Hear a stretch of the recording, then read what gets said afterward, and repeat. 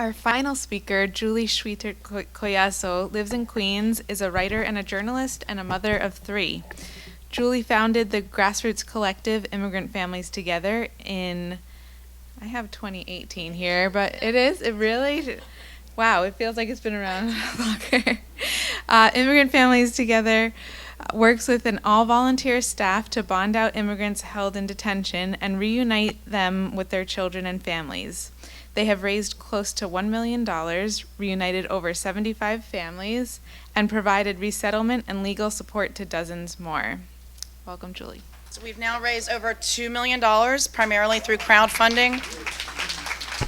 Posted bond for 84 people who've been affected by family separation. Of those 84, 4 people have gone to final hearings, 2 have been granted asylum.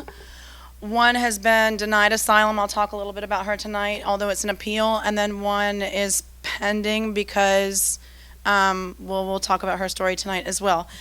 Typically, I don't use prepared notes, but I felt like the stories that I wanted to share with you tonight were too important to forget any of the particular important details. So if you will pardon my reading to you.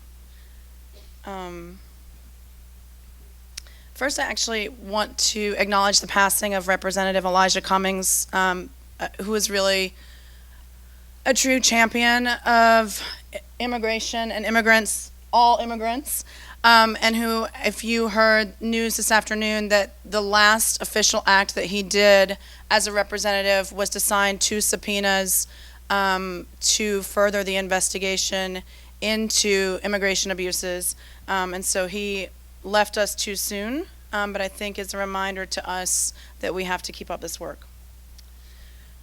So I want to share 4 anecdotes with you tonight, all from within the past month of work at Immigrant Families Together. 3 weeks ago, I flew to Charlotte, North Carolina, about an hour from the town where I grew up, to attend the final hearing of the first mom for whom IFT posted bond. And some of you in this room know her, Jenny Gonzalez Garcia, because you welcomed her when she arrived in Queens a year ago. Charlotte's immigration court, which serves North Carolina and South Carolina, is located in a nondescript office park. A series of cookie-cutter buildings spread out, separated by a parking lot. And in the parking lot for the building where the immigration court is housed, there's a bucolic wooden gazebo shaded further by a small grove of trees that managed to survive overdevelopment.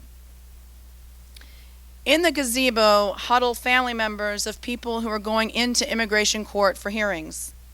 Some are undocumented and understand the danger of going into immigration court with such a status.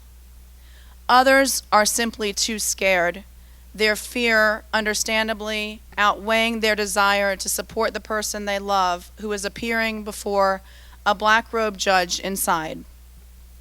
In the hour or 2 or 3 their loved one is inside, these folks form their own temporary family of sorts, people who can empathize with all of the cruelties and confusions of U.S.'s immigration system.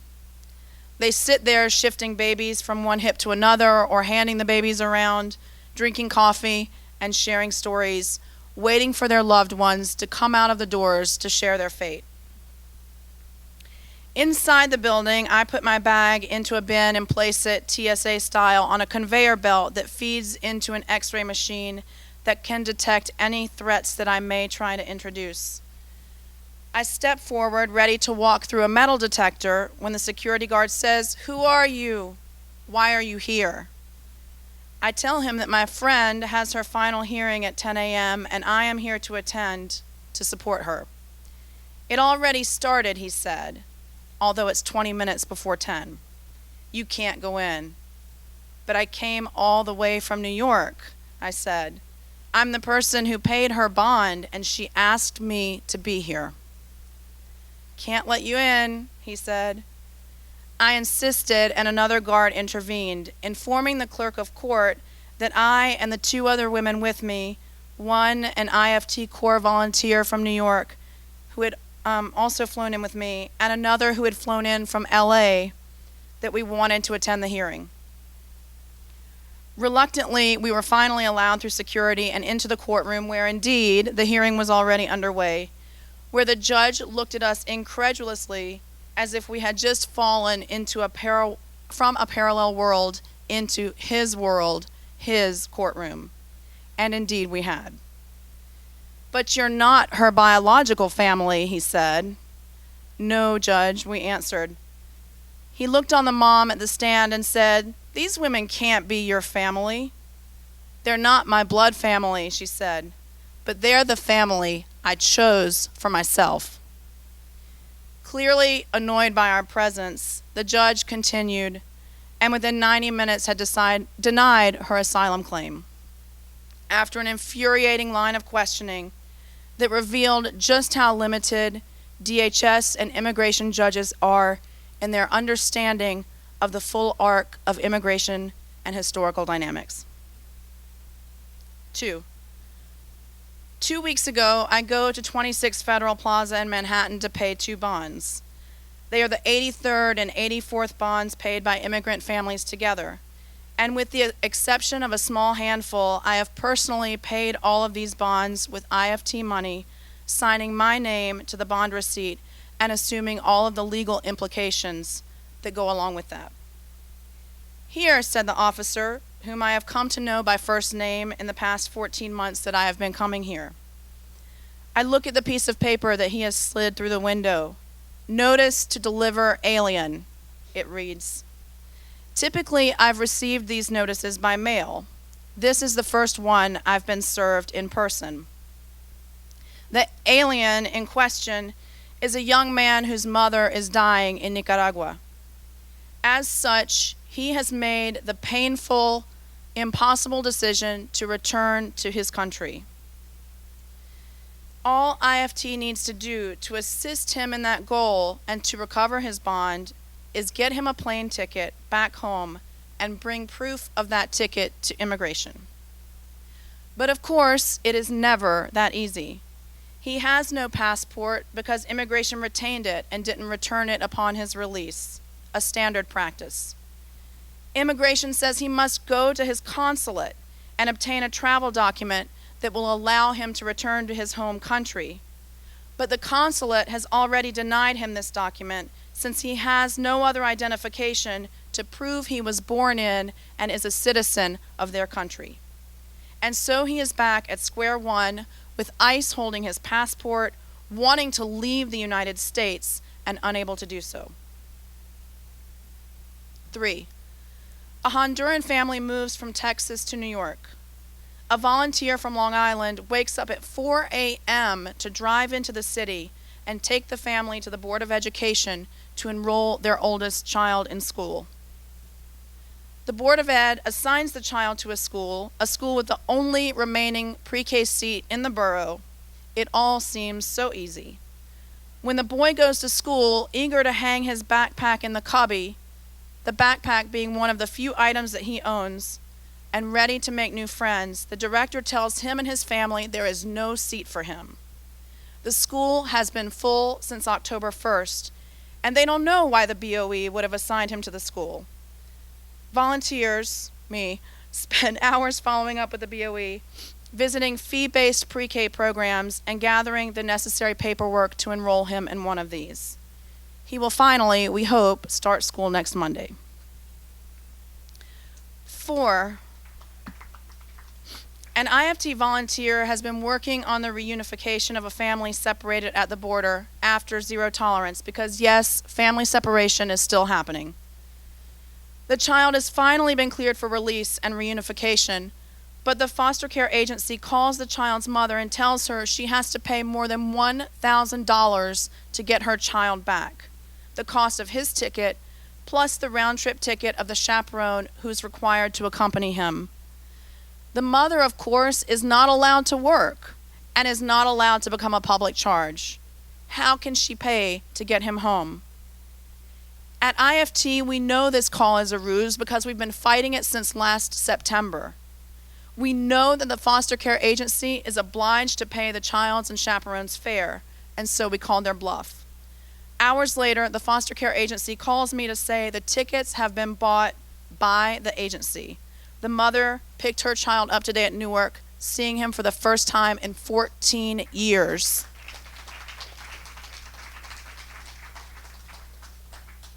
Each of these anecdotes has a touch of the absurd, a Kafkaesque Alice down the rabbit hole, albeit with none of the charm or wonder, incomprehensible parallel universe quality, and yet not a single one of them is uncommon. These are the kinds of stories we hear and work with every single day at Immigrant Families Together. They are stories filled with impossible obstacles of structures and systems and strictures that make no sense. How can anyone, particularly someone traumatized and brutalized by our xenophobic policies and our climate right now, navigate these experiences and prevail? That anyone ever does is a marvel. As we were on our way here tonight, my husband asked, why do we still go to these events in Queens? The most diverse place in the United States, and arguably one of the most progressive. And I thought about that as each of you was talking tonight, and I thought about what do I have to say to a room of people who are probably either already doing the work or living the experience, or most likely both. But here are a few of my answers. 1, because our 3 kids go to PS 166 in Astoria, and during the Muslim travel ban, not a single administrator at our school bothered to send out any affirmation that our school is a place that welcomes and supports and is safe for all of the immigrants in our community. They also didn't offer a Know Your Rights training and don't want to be involved in politics. 2, because the most progressive candidate that we had for the DA of Queens lost by 22 votes, which is something that I agonize over every single day, because what if we had done just a little bit more? 3, because the last census registered a decline in population in LIC, and this means our communities lose funding, services, and representation. And in Census 2020, everyone needs to be counted regardless of status. I lost count. 4, because closing Rikers is an immigration issue. 5, because like Suketu, many of us have at least one family member or friend who lives in a red state, and we need to light a fire under their behind to get them to do more. Like my mother, who's retired and has no excuse to not phone bank and not tell me, oh, it's a red state, there's no hope that we can flip it.